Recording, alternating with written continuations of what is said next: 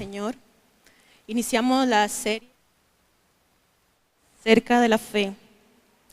Y recordemos que la semana pasada nuestro amigo Marco Pérez habló acerca de la reforma y su impacto en el mundo cristiano. ¿Lo recuerdan? ¿Sí? Recordemos que se conoce como la reforma protestante o solamente la reforma al movimiento iniciado en el siglo XVI en Alemania por Martín Lutero.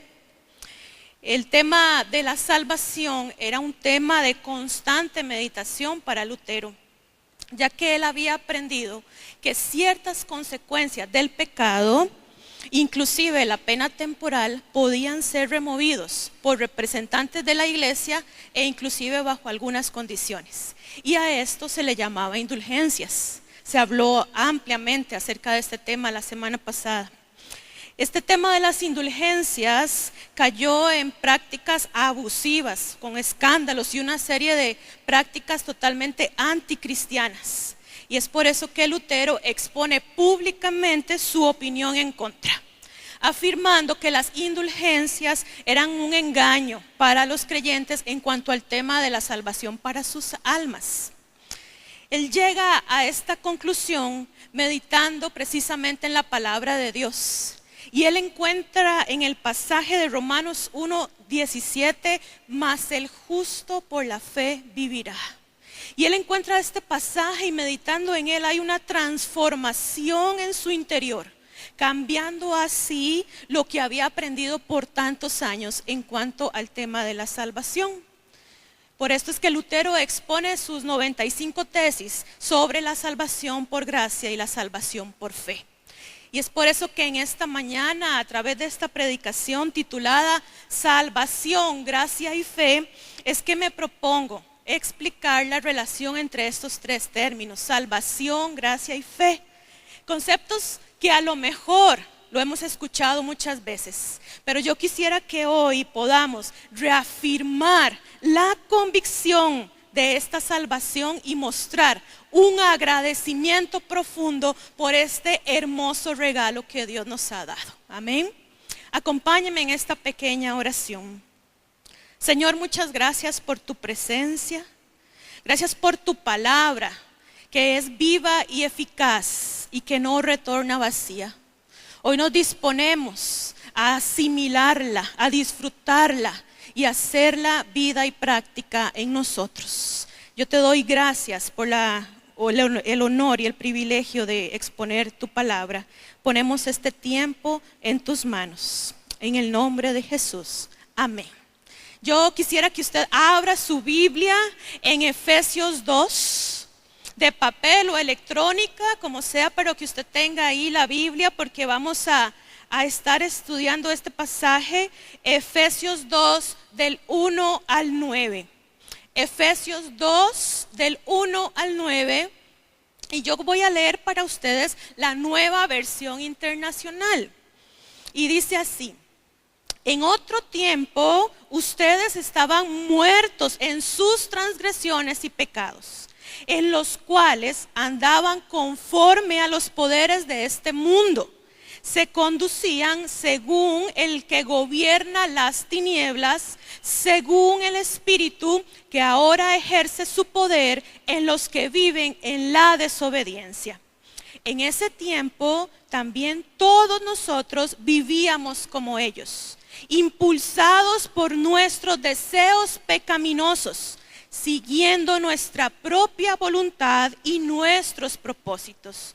Como los demás, éramos por naturaleza objetos de la ira de Dios.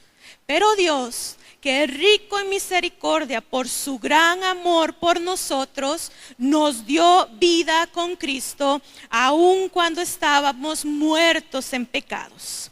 Por gracia ustedes han sido salvados, y en unión con Cristo Jesús, Dios nos resucitó y nos hizo sentar en Él en las regiones celestiales para mostrar en los tiempos venideros la incomparable riqueza de su gracia que por su bondad derramó sobre nosotros en Cristo Jesús. Porque por gracia ustedes han sido salvados mediante la fe. Esto no procede de ustedes, sino que es el regalo de Dios. Y dice otra versión, es don de Dios, no por obras, para que nadie se jacte.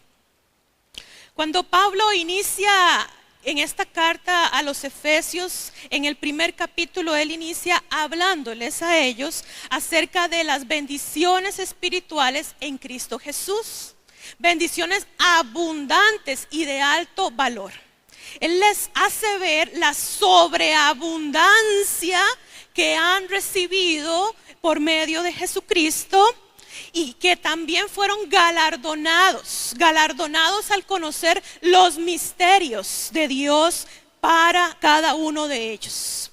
Pablo les habla de su herencia, les habla de su destino al ser sellados por el Espíritu Santo.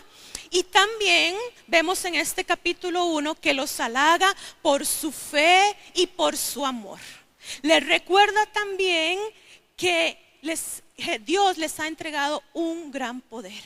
Un poder que dice la palabra fue el mismo poder que estaba en Jesucristo resucitándolo, y es el poder que también fue entregado a la iglesia. Todo esto les dice Pablo en este capítulo 1. Pero específicamente en este capítulo 2 que acabamos de leer, él se detiene en este argumento que podría llenar de alegría, de gozo, inclusive de orgullo a los efesios. Es decir, wow, todo eso somos. Pero Pablo se detiene en este argumento y les dice, un momentito. Tranquilícense, no se sientan con el pecho tan inflado, ni levanten tanto la cara. No se sientan tan dichosos, especiales o importantes. Y ahí, en este cambio, Pablo, que viene relatando, Pablo quiere recordarles a los efesios de dónde vinieron. Él quiere recordarles cuál es su naturaleza, dando un diagnóstico. Y lo leímos al principio de Efesios y quiero recordarles lo que Pablo dice acerca de este diagnóstico.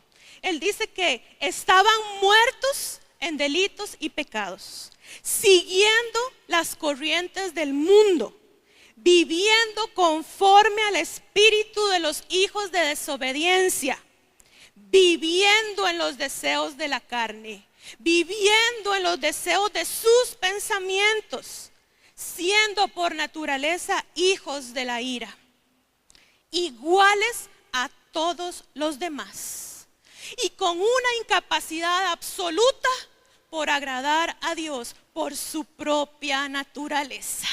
¿Qué diagnóstico? ¿Qué forma de presentar lo que el hombre es naturalmente? Y en resumen y en una palabra, Pablo les recuerda que ellos estaban condenados, y esa condición de estar condenados era necesaria para que fueran salvos. Necesitaban ser salvos ante tal condición. Estar condenados significa que el destino del hombre es estar totalmente separado de la presencia de Dios eternamente y por siempre. Estar condenados también significa que en el destino final del hombre, el hombre será juzgado y que pagará eternamente por el castigo de su condición. ¿Qué diagnóstico y qué condición habla Pablo acerca del hombre? Y es un diagnóstico y una condición que lleva a la muerte. Ese es el diagnóstico. Y a la muerte no solo física, sino espiritual. Y en esa misma condición, hermanos, en el que estaban los efesios, en esa misma condición nos encontrábamos usted y yo. Por si se le había olvidado, usted y yo estábamos en esa misma condición. Romanos 5:12 nos recuerda que la muerte pasó a todos los hombres por cuanto todos pecaron. En esa misma naturaleza estábamos usted y yo. Y es lo primero que Pablo quiere recordar a sus oyentes. Y es la primera convicción, hermanos, que yo quisiera que usted reafirme en su espíritu lo que usted y yo éramos, cuál era nuestra naturaleza y cuál era el diagnóstico final para nosotros. Cuando usted se siente mal, va al médico, ¿cierto? Usted necesita que el médico le dé un diagnóstico y usted se sienta y usted le dice al médico cómo usted se siente, lo que ha hecho, lo que no ha hecho. Con todo esto, el médico empieza a dar su diagnóstico con el fin de dar una cura. Pues Pablo nos presenta el diagnóstico del hombre natural y entonces surge la pregunta, ¿cuál es la cura para este diagnóstico del hombre natural? ¿Existe la cura? ¿La separación de Dios iba a ser por siempre? ¿Existía la posibilidad de que en algún momento pudiéramos relacionarnos de nuevo con nuestro Creador? ¿Cómo eliminar el castigo que merecíamos por esa naturaleza? Definitivamente, el hombre necesitaba un camino. Necesitaba un puente para poder restablecer la relación que se había roto desde el Edén. Y era necesario salvar al hombre de esta condición. Y la única manera de hacerlo era a través de la salvación. Y esa es una palabra clave, salvación. La salvación, por definición, es la liberación de un peligro o sufrimiento. Y aunque podría tener un significado temporal, en la Biblia se nos habla de la salvación a la eterna liberación del espíritu. Qué gran concepto, eterna liberación del espíritu. Y resulta que esta salvación era el antídoto que necesita el hombre para ser alejados de la ira y el juicio de Dios por el pecado. Siendo que por naturaleza estábamos separados de Dios y la consecuencia es la muerte, entonces la salvación viene a hacer una remisión del pecado, a hacer una suspensión del pecado, a quitar el pecado. Y entonces por medio de una redención ahora nos hace aceptos delante de Dios. Por medio de la salvación usted y yo tenemos un nuevo diagnóstico. Un nuevo diagnóstico que entonces nos hace aceptos delante de Dios. Entonces, si el hombre requiere de la salvación y es el antídoto para tener una nueva naturaleza, un nuevo diagnóstico, ¿hay algo que el hombre pueda hacer? ¿Cómo salir de esa condición? ¿Qué debe hacer el hombre? Quiero ser firme en la respuesta. No podemos hacer nada. No podemos hacer nada. ¿Y por qué? Hay algo maravilloso, es porque la iniciativa de la salvación es obra de Dios y solo de Él. Es iniciativa de Él, es obra de Él y solo de Él, por gracia para todos. Por gracia para todos. Y este es el segundo punto que Pablo recuerda a sus oyentes. Y es la segunda convicción que yo sí quisiera que usted reafirme en su espíritu. Y es que la salvación es iniciativa de Dios, es obra de Dios y solo de Él, por gracia para todos nosotros. Si usted lo ve ahí en su Biblia, en el versículo 4, inicia y dice, pero Dios. Y yo aquí en mi bosquejo lo tengo en negrita, subrayado, fosforescente y en mayúscula. Pero Dios, rico en misericordia y amor, ofrece una gran solución. Y Él viene, interviene para revertir esa situación, esa condición natural del hombre y muestra así su iniciativa. Y por lo tanto el hombre no tiene nada de qué jactarse. Porque Él es el que promueve la salvación, Él es el que provee la solución, porque escuche bien, el hombre no tiene ningún poder, ninguna astucia, ningún recurso para hacerlo por sí mismo. ¿Queda claro? ¿Queda claro que es iniciativa de Dios? Y es aquí donde la gracia interviene a favor del hombre. Porque la salvación es la respuesta a la gracia inmerecida para nosotros. La gracia, y ese es el segundo concepto, ha sido el fundamento de nuestra relación con el Creador. La gracia ha estado presente desde el Antiguo Testamento porque es una cualidad del carácter de Dios. Y hay un libro muy hermoso de Andy Stanley, La gracia de Dios, por si alguno quiere buscarlo. Y ahí encontramos que desde el Génesis, la gracia de Dios reconoce la naturaleza del hombre, reconoce el pecado del hombre, pero aún así no lo condena.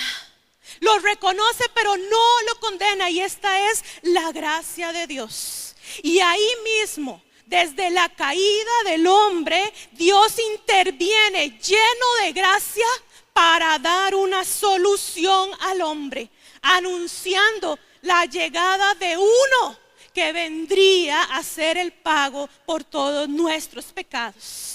Nuevamente es una obra, es una iniciativa de Dios que viene de parte de Dios y solo de Él. Pablo nos habla de esto en los versículos 5, 6 y 7 de los cuales leímos. Y quiero recordárselos cuando Pablo dice, nos dio vida con Cristo aun cuando estábamos muertos en pecados. Pablo lo dice maravillosamente y de ese uno que Dios habló desde el Edén es la persona de Jesucristo.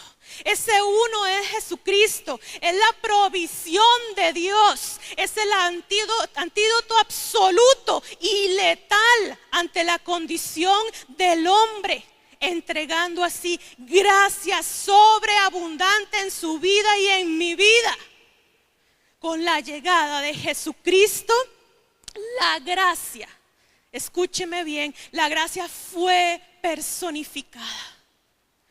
Y hay algo maravilloso y conmueve mi espíritu, hermanos, es que nosotros hemos conocido a esa gracia. Hemos conocido a la gracia de Dios personificada. Y eso es una gran bendición. Colosenses 1, 26, 27 dice, el misterio que había estado oculto desde los siglos y edades, pero que ahora ha sido manifestado a sus santos, a quienes Dios quiso conocer las riquezas de la gloria de este misterio entre los gentiles, que es Cristo en vosotros, la esperanza de gloria. Y aquí una vez más se subraya, Dios quiso dar a conocer. A Él le plació, Él quiso darnos a conocer. Y una vez más queda evidenciado que la salvación ha sido iniciativa de Dios, solo de Él para cada uno de nosotros. Romanos 3:23 nos recuerda que por cuanto todos pecaron y están destituidos de la gloria de Dios, siendo justificados gratuitamente por su gracia mediante la redención en Cristo Jesús. Entonces, si la gracia no es algo que usted y yo podamos ganar por méritos propios y por lo tanto tampoco la salvación, ¿cómo me apropio de ella? ¿Cómo me apropio de la salvación?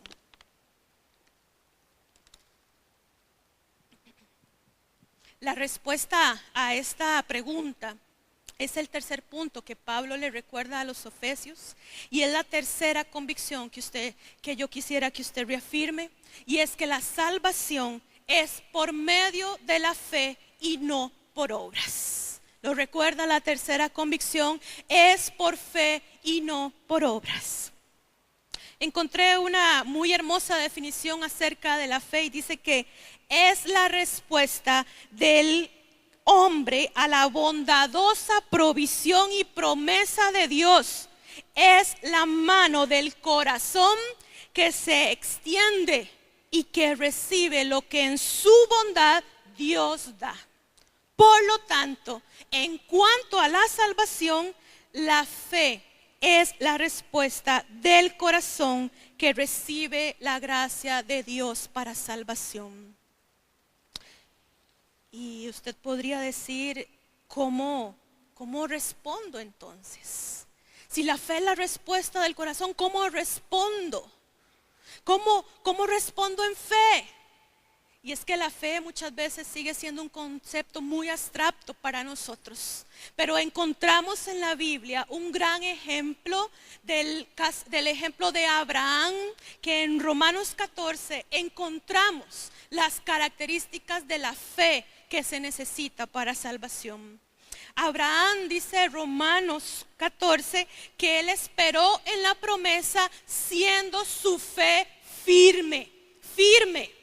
Y en los versículos del 18 al 21 encontramos que esa fe o esa respuesta, escuche bien, fue contra toda esperanza. Creyó en lo que Dios dijo que sería. No flaqueó al considerar su cuerpo o la esterilidad de Sara. No dudó, no fue incrédulo. Se fortaleció en la fe y le dio gloria a Dios. Y escuche bien, estaba plenamente convencido de que Dios era poderoso para hacer lo que él había dicho que iba a hacer. ¿De dónde puede provenir una fe así, hermanos? Definitivamente una fe así no puede venir del hombre. Una fe así solo puede provenir de Dios. Y entonces nos encontramos que por gracia también hemos recibido de esa fe para apropiarnos de la salvación. Entonces definitivamente no hay nada de qué jactarnos, pues aún la fe es producida por la gracia salvadora de Dios para su vida. Y cuando Pablo le dice a sus oyentes esto, es como si les hubiera echado un balde de agua fría. Porque dice, un momentito, ni siquiera tienen de qué jactarse en cuanto a su fe, porque esto también es un regalo, es un don de Dios para salvación. ¿Qué debemos recibir por fe para alcanzar la salvación? Debemos recibir y creer que somos pecadores perdonados y no más pecadores condenados. Debemos creer que Jesús derramó su sangre y murió por nuestros pecados. Debemos creer que por medio de esto Él pagó todo lo que usted y yo merecíamos. Que Él ha resucitado y que por medio de esto Él nos dio acceso a una vida eterna con Él. En esto es lo que tenemos que creer contra toda esperanza, sin flaquear, sin dudar, sin ser incrédulos. Y no sé si se dio cuenta, pero este es el mensaje de salvación que usted y yo un día recibimos. Amén. Y en esto debemos seguir creyendo, manteniendo una convicción firme en fe de este mensaje de salvación, de creer que algún día la muerte física vendrá sobre nosotros, pero nunca la muerte espiritual. Eso es lo que debemos seguir creyendo en fe, de que un día nuestra promesa de vida eterna se hará realidad. Eso es lo que usted y yo debemos seguir creyendo con firmeza y con convicción. Dijimos en la tercera convicción que la salvación es por medio de la fe y no por obras. Hay una historia de un hombre que muere y es trasladado al cielo. Allí se encuentra con San Pedro, esperándole en una entrada lindísima, y le dice al hombre: así es como esto funciona. Tú necesitas 100 puntos para entrar al cielo. Tú me vas a ir diciendo las cosas buenas que hiciste y yo en una libretita voy a ir apuntando los puntos y al final vamos a sumar. Maravilloso, le dijo al hombre. Maravilloso. Bueno, empecemos. Y, ok. Bueno, quiero decirle, San Pedro, que estuve casado 50 años y con la misma esposa. y nunca le fui infiel, ni siquiera en mi corazón. ¡Wow! Le dice San Pedro, ¡qué bien! Eso se merece 5 puntos. ¿5 puntos? ¿Ok? Bueno, déjeme decirle. Pues también asistí a la iglesia. Es más, nunca falté un fin de semana y la sostuve con mis diezmos, con mis ofrendas y con mi servicio. Maravilloso, perfecto, le dijo San Pedro. Eso merece 3 puntos. ¡Ah! 3 puntos. Asustado ya el hombre dice, bueno, hice obra social. Ayudé a los pobres y les di de comer y les di de vestir. Excelente, maravilloso, te felicito. Eso te merece 1 punto. 1 punto, gritó aquel hombre.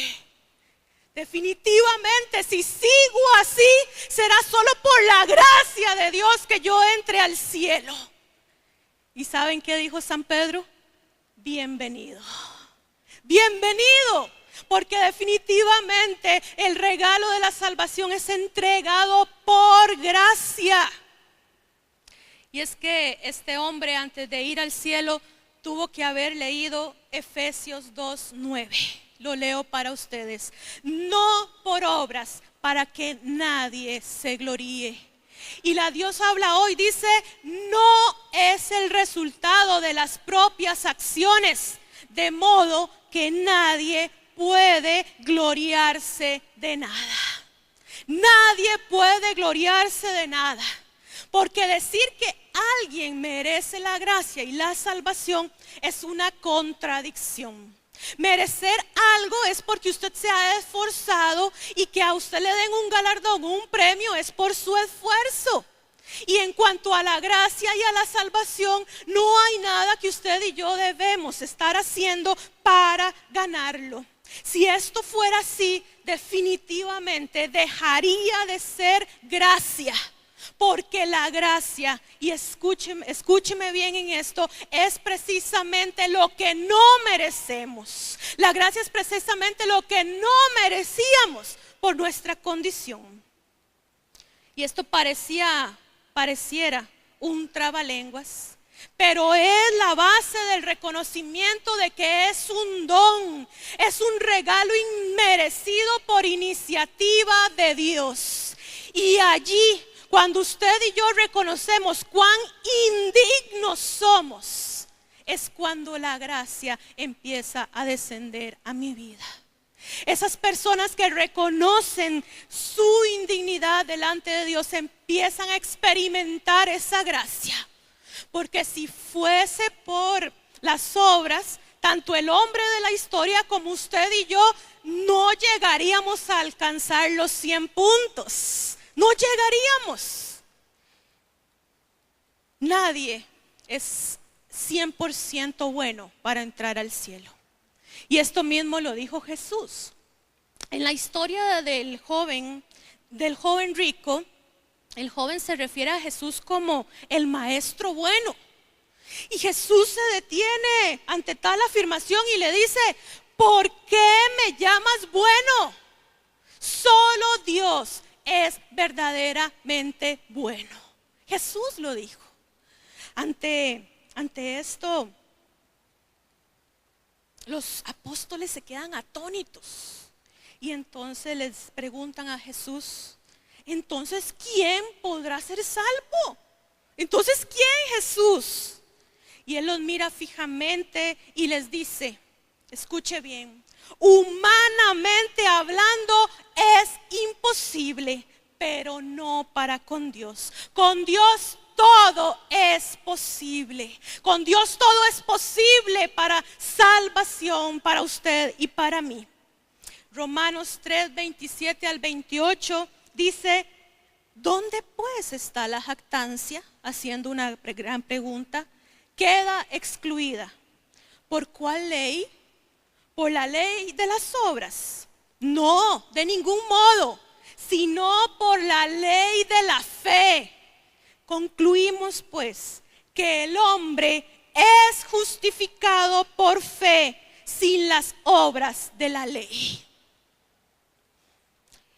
Para ir concluyendo, hermanos, a la luz de Efesios, me he propuesto que usted tenga convicción en su espíritu, que reafirme en su espíritu estas tres verdades. Y mientras el grupo de música va pasando, número 1, que tenemos una naturaleza que requería ser salvada. Estábamos condenados, teníamos un diagnóstico que nos llevaba a la muerte. Y muchas veces cuando olvidamos esta condición, desestimamos el valor de la salvación. Muchas veces no nos acordamos de dónde nos sacó Dios y que por gracia Él nos sacó de ahí. En segundo lugar, que la solución y el antídoto solo pudo ser provisto de Dios, porque nuestra condición nos imposibilitaba obtenerla. Era imposible alcanzar la salvación por nuestros propios medios. Por eso es que la salvación es iniciativa y obra de Dios y solo de Él. Fue y es integrada por gracia. Sin gracia no hay salvación, porque era un regalo que usted y yo no merecíamos. En tercer lugar, que alcanzamos esa salvación por fe y no por obras. No hay nada que usted pueda hacer para alcanzar la salvación. Ningún acto religioso, ninguna devoción nos alcanzaría para apropiarnos de la salvación, más allá que creer en fe en Jesucristo nuestro Señor y Salvador. No alcanzamos la salvación por ser devotos, por venir a la iglesia todos los fines de semana, por hacer obra social. Solamente a través de la fe en Jesucristo es que alcanzamos la salvación. Hablé y quiero que recuerde que la salvación no es por obras.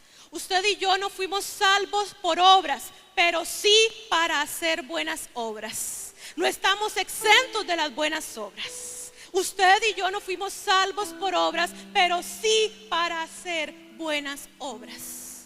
También a través de Lutero aprendimos que Jesús ya había pagado el precio requerido por la salvación y que Jesús era el Cordero de Dios sacrificado como nuestro sustituto para pagar lo que usted y yo merecíamos.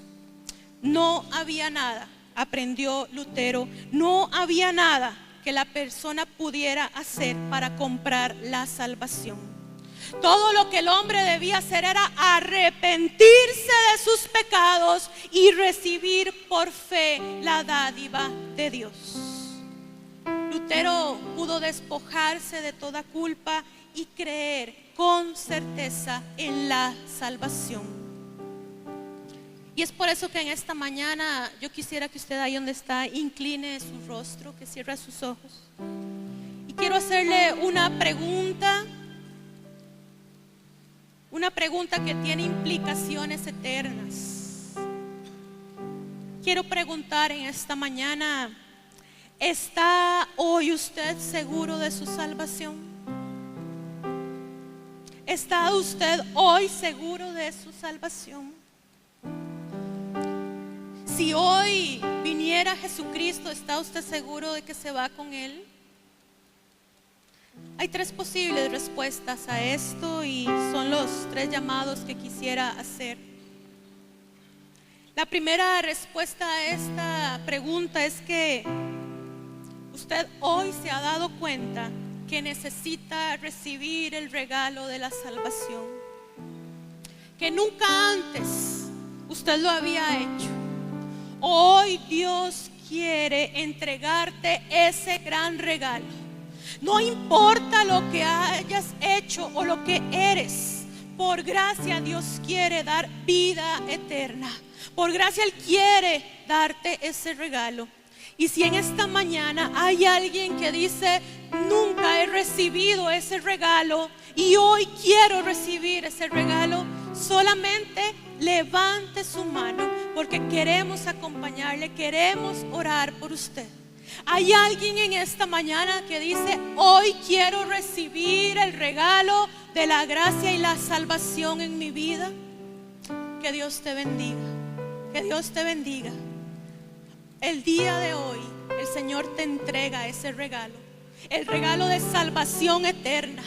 Hoy mismo tu nombre está escrito en el libro de la vida para salvación eterna. ¿Hay alguien más que hoy diga: nunca he recibido ese regalo, hoy quiero creer en Jesucristo? Damos gracias al Señor. La segunda respuesta a esta pregunta es que sí, he recibido al Señor, a Jesús como mi Señor y Salvador, pero no estoy seguro de mi salvación. Si hoy usted está dudando de su salvación, hay dos posibles circunstancias, y número uno sería que esto podría ser resultado del desorden en cuanto al pecado. Como escuchamos en una predicación, nunca será bueno jugar con la gracia de Dios. Decida hoy acabar con ese juego. Arrepiéntase, conságrese para el Señor. Hoy es un día en que usted puede reafirmar su salvación. O puede ser también que usted le ha permitido al enemigo meterle mentiras en su cabeza en cuanto al regalo que Dios le ha dado. Pablo le decía a los efesios que ellos habían sido galardonados con un gran poder. Con ese poder rompa hoy con toda mentira que el enemigo ha puesto en su cabeza en cuanto a la salvación. Dios le regaló a usted esa salvación. Y la tercera respuesta a esta pregunta, si hoy está usted seguro de su salvación, es que sí, estoy completamente seguro de mi salvación. Y si es así, yo quisiera que todos juntos nos pusiéramos de pie y que demos juntos un profundo agradecimiento a Dios por el regalo de la salvación. Que exaltemos juntos a Dios por estos tres inigualables regalos: la salvación, la gracia y la fe. Que juntos podamos gozarnos delante de Dios y decirle gracias. Gracias, Señor, porque aun cuando no lo merecía, tu gracia me llenó. Aun cuando no lo merecía, tu salvación vino a mi vida. Me has salvado de allí donde yo estaba. Tu salvación llegó a mi vida. Si estamos seguros de nuestra salvación, mantengámonos, ocupémonos de nuestra salvación con temor y temblor. Demos gracias al Señor por Jesucristo nuestro Señor, el único necesario para nuestra salvación.